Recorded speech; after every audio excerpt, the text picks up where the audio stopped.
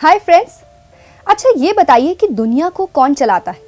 अरे भाई बचपन से तो सुनते आए हैं कि दुनिया को भगवान चलाता है, जबकि हकीकत में दुनिया को चलाता है इंसान, और इंसान को चलाता है उसका दिमाग। आज इंसान ने अपनी सुख सुविधाओं के लिए बहुत से नए नए आविष्कार किए, और यकीन मानिए कि ये सारे आविष्कार इंसान ने अपने दिमाग के सिर्फ और सिर्फ 10% इस्तेमाल से किए। लेकिन फिर भी इंसान कमजोर है। आज भी इंसान कैंसर जैसी गंभीर बीमारियों के सामने बेबस है। तो जरा सोचिए कि अगर इंसान अपनी बची हुई 90% दिमाग की पावर को इस्तेमाल करे तो वो दुनिया में क्या क्या नहीं कर सकता। R&D टीम के हेड गौरव जी से आज हम जानेंगे कि उनका इस फील्ड में क्या योगदान रहा है, और उन्होंने किस तरह से ब्रेन सिंक प्रोग्राम के जरिए बच्चों में रिसर्च करके उन्हें 90% पावर को, दिमाग की बची हुई पावर को महसूस करने में मदद की है। गौरव जी, आपका बहुत बहुत स्वागत है। अच्छा, सबसे पहले मैं बहुत एक्साइटेड हूँ जानने के लिए, आप मुझे ये बताइए कि बॉडी में ब्रेन की क्या ज़रूरत है और ये कैसे फंक्शन करती है? अगर आज आपको कोई भी एक्शन करना है, कोई भी काम करना है, तो उसके लिए ब्रेन की ज़रूरत है। जैसे कि सुनना है, बोलना है, लिखना है या कोई भी डिसीज़न लेना है, तो उसके लिए आपको ब्रेन को यूज़ करना पड़ेगा। अब साइंस दो कारणों से आदमी को मरा हुआ मानती है। पहले कि जब उसका दिमाग बंद हो जाए, दूसरा जब उसका दिल बंद हो जाए। दिमाग बंद होने से आदमी एक जिंदा लाश बन जाता है, जिसे हम कहते हैं कि आदमी कोमा में चला गया, जिसमें आदमी सिर्फ सांस ले सकता है लेकिन कुछ एक्शन नहीं कर सकता। अगर दिल बंद हो जाए तो आदमी मर जाता है। इसके हिसाब से अगर हम देखें कि ब्रेन की बॉडी को कितनी ज़रूरत है, अगर ब्रेन नहीं चलेगा तो आदमी सब कुछ कर सकता है लेकिन कुछ एक्शन नहीं कर सकता, सिर्फ सांस ले सकता है। यही अगर हम बात करें, दिल बंद हो जाएगा तो पूरी कंप्लीटली बॉडी डेड हो जाएगी। इसीलिए हमें ब्रेन की बहुत ज़्यादा ज़रूरत है अपनी बॉडी के अंदर।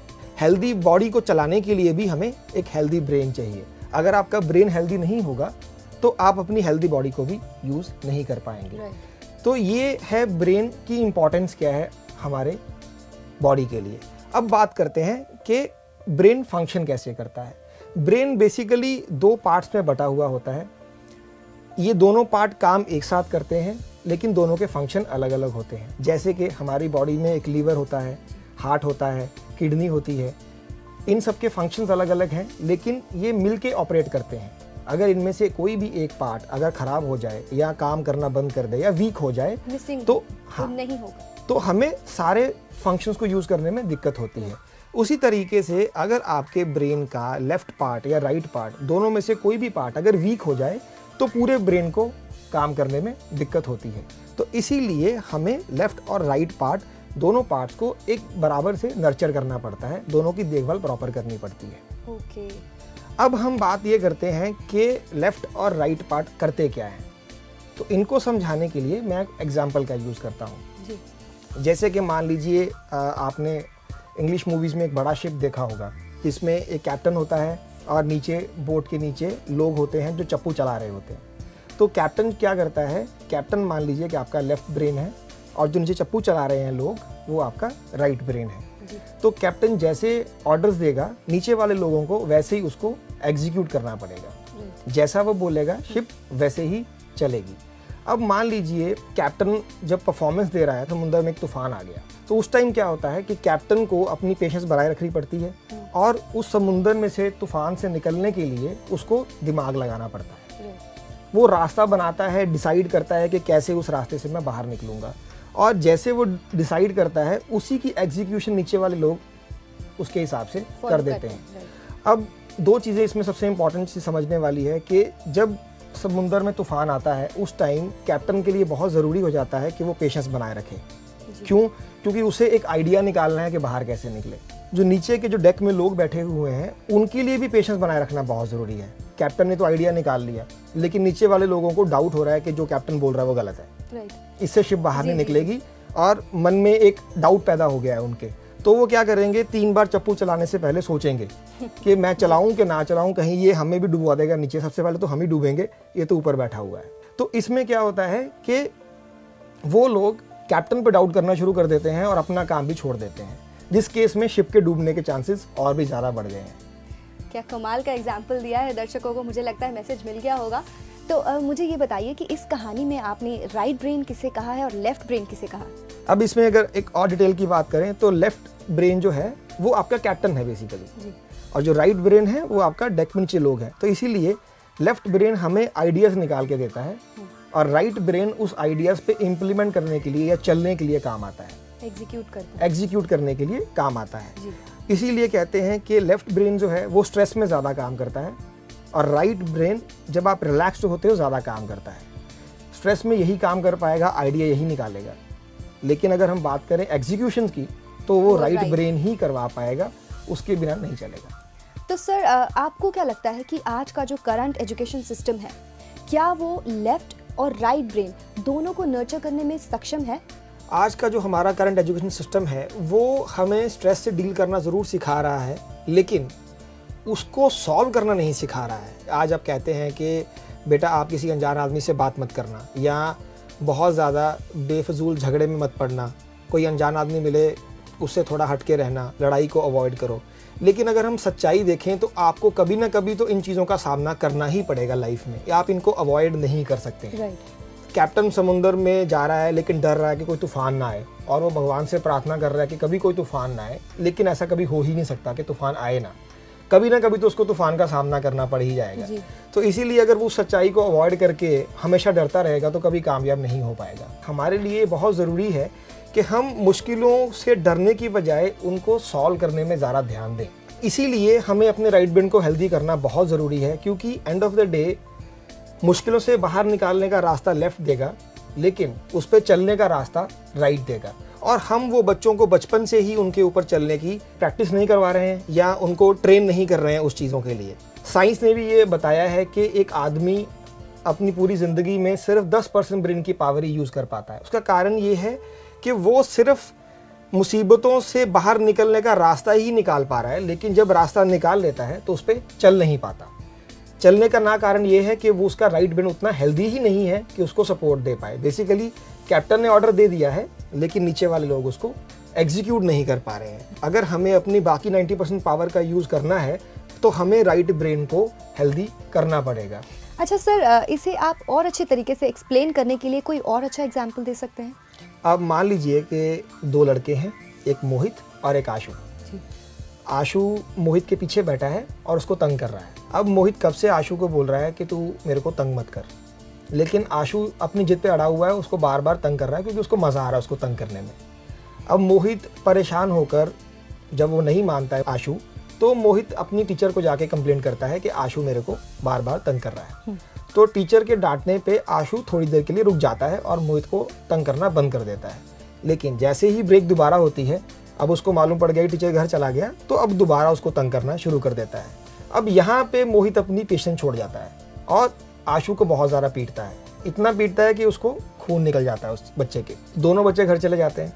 मोहित घर जाके अपने पेरेंट्स को बताता है कि ये इंसिडेंट हुआ। ये इंसिडेंट सुनने के बाद मोहित के पेरेंट्स उसको डांटते हैं कि तूने ऐसा क्यों किया। तो वो बोलता है कि आदमी 1 बार सहे, 2 बार सहे, 3 बार सहे, लेकिन कब तक आदमी सहेगा, एंड ऑफ द डे उसको मैं पीटूंगा ही। तो ये चीज़ सुन के मोहित के पेरेंट्स एक बार तो हंस पड़े कि हाँ सही भी है ये, लेकिन उनको पता है कि बच्चा उनकी गलती करके आया है क्योंकि आशु को चोट ज़्यादा आई हुई है जी। और जिसके लिए उनको प्रिंसिपल से जाके उनके पेरेंट्स से भी माफ़ी मांगनी पड़ेगी। यहाँ पे सबसे ज़्यादा राइट ब्रेन काम आता है। अब बच्चे को कितनी पेशेंस रखनी चाहिए थी ये कोई नहीं सिखा सकता, लेकिन होता क्या है कि जितनी ज़्यादा देर तक आप पेशेंस रख पाते उतना अच्छा था। अब मोहित अपनी पेशेंस थोड़ी देर के लिए और रखता तो शायद ये इंसिडेंस कभी होता ही ना। अब इसमें दोनों बच्चे अपनी अपनी पेशेंस टेस्ट कर रहे थे। आशु अपनी पेशेंस टेस्ट कर रहा था कि जब तक मोहित तंग नहीं हो जाता तब तक मैं करता रहूँगा, और मोहित तब तक पेशेंस टेस्ट कर रहा था कि उसको गुस्सा नहीं आ जाता तब तक वो सह रहा था। तो इसमें इस गेम में मोहित हार गया जी। ओके, अपनी पेशेंस को वो टिका नहीं पाया। तो यहाँ पे अगर आपको पेशेंस बनाए रखनी है डिफ़िकल्ट सिचुएशंस में भी, तो राइट ब्रेन का हेल्दी होना बहुत इंपॉर्टेंट है, क्योंकि आपको कंट्रोल में रखने के लिए या डिफ़िकल्ट सिचुएशंस में पेशेंस बनाए रखने के लिए राइट ब्रेन बहुत इंपॉर्टेंट है, और जिसको नर्चर करना भी इसीलिए बहुत इंपॉर्टेंट हो जाता है।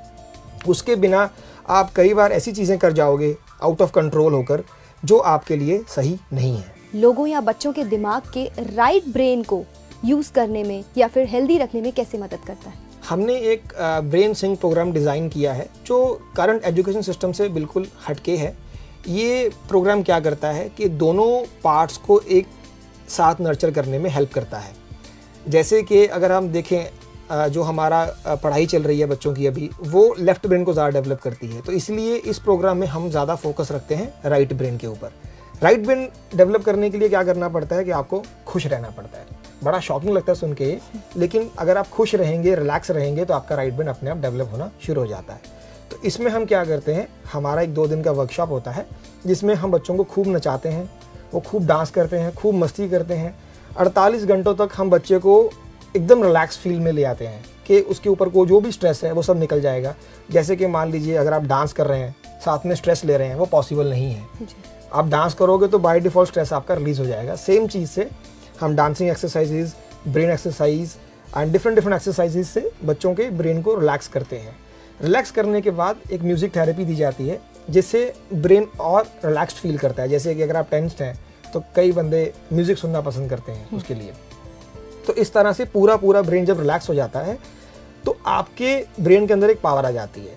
जो हमने देखा है कि जब हमने बच्चों के ऊपर ये प्रोग्राम पे रिसर्च किया तो बच्चों के पास एक एक्स्ट्रा सेंसरी परसेप्शन आ गया, जिसे हम कह सकते हैं कि वो चीज़ों को सेंस करने लग गए। जैसे कि कुछ बच्चे का कंसंट्रेशन बड़ा अच्छा हो गया, कुछ का फोकस में इम्प्रूवमेंट आया, कुछ के बिहेवियर में चेंजेस आए, और कुछ बच्चों ने आंखों पे पट्टी बांध के सिर्फ चीज़ों को छू के बता दिया कि वो चीज़ें क्या हैं। तो यहाँ से हमें पता लगा कि ब्रेन अगर राइट ब्रेन को यूज़ करना शुरू कर दें तो वो अपनी सेंसिंग पावर से ही मात्र चीज़ों को देख सकता है, आपको आंखें लगाने की भी उसकी ज़रूरत नहीं है। अब हमने इसमें एक चीज़ और देखी है कि हर बच्चा अपनी काबिलियत के हिसाब से 2 वर्कशॉप में परफॉर्म करता है। अब ऐसा ज़रूरी नहीं है कि 2 दिन की वर्कशॉप में ही सारे बच्चे ट्रेन हो जाएंगे। कारण ये है कि ये एक एक्सरसाइज प्रोग्राम है। अब हर का ब्रेन उस तरह से लीवरेज नहीं होता कि सारे बच्चे 2 ही दिन में कर पाएँ। कई बच्चों को 4 दिन लगते हैं, कई बच्चों को 6 दिन लगते हैं। But being an exercise program ये किसी के लिए भी हार्मफुल नहीं है। हर बच्चा इस पावर को अपनी काबिलियत के हिसाब से ही जल्दी निखार पाता है। मतलब मैं बहुत शॉक हो गई हूँ ये सोचकर, ये सुनकर कि आंखें बंद करके भी किसी चीज़ को सेंस करके पता लगाया जा सकता है कि वो क्या चीज़ है। यस, एक बार बच्चे ने ये पावर महसूस कर लिया तो वो कॉन्टिन्यूसली उस पावर को फिर आगे यूज कर पाता है। एक्शन मोड पर आ जाता है। एक्शन मोड पे आ जाता है, क्योंकि अब उसने उस पावर को देख लिया है कि वो क्या पावर है। हम जो काम कर रहे हैं उसमें हम आपके ब्रेन को एक्सरसाइज करवा रहे हैं। ऐसा कोई साइड इफेक्ट्स नहीं है उस चीज़ के। जितना ज़्यादा एक्सरसाइज करेंगे उतना ही ज़्यादा ब्रेन की पावर बढ़ जाएगी। I am so amazed. अच्छा, मुझे ये बताइए कि क्या मैं भी ये ट्रेनिंग ले सकती हूँ? अभी हमारा प्रोग्राम 5 से लेके 15 साल की उम्र के बच्चों को ही डील कर पा रहा है। कोई भी इस ट्रेनिंग को ले सकता है जब तक कि वो अपने ब्रेन को रिलैक्स कर सकता है।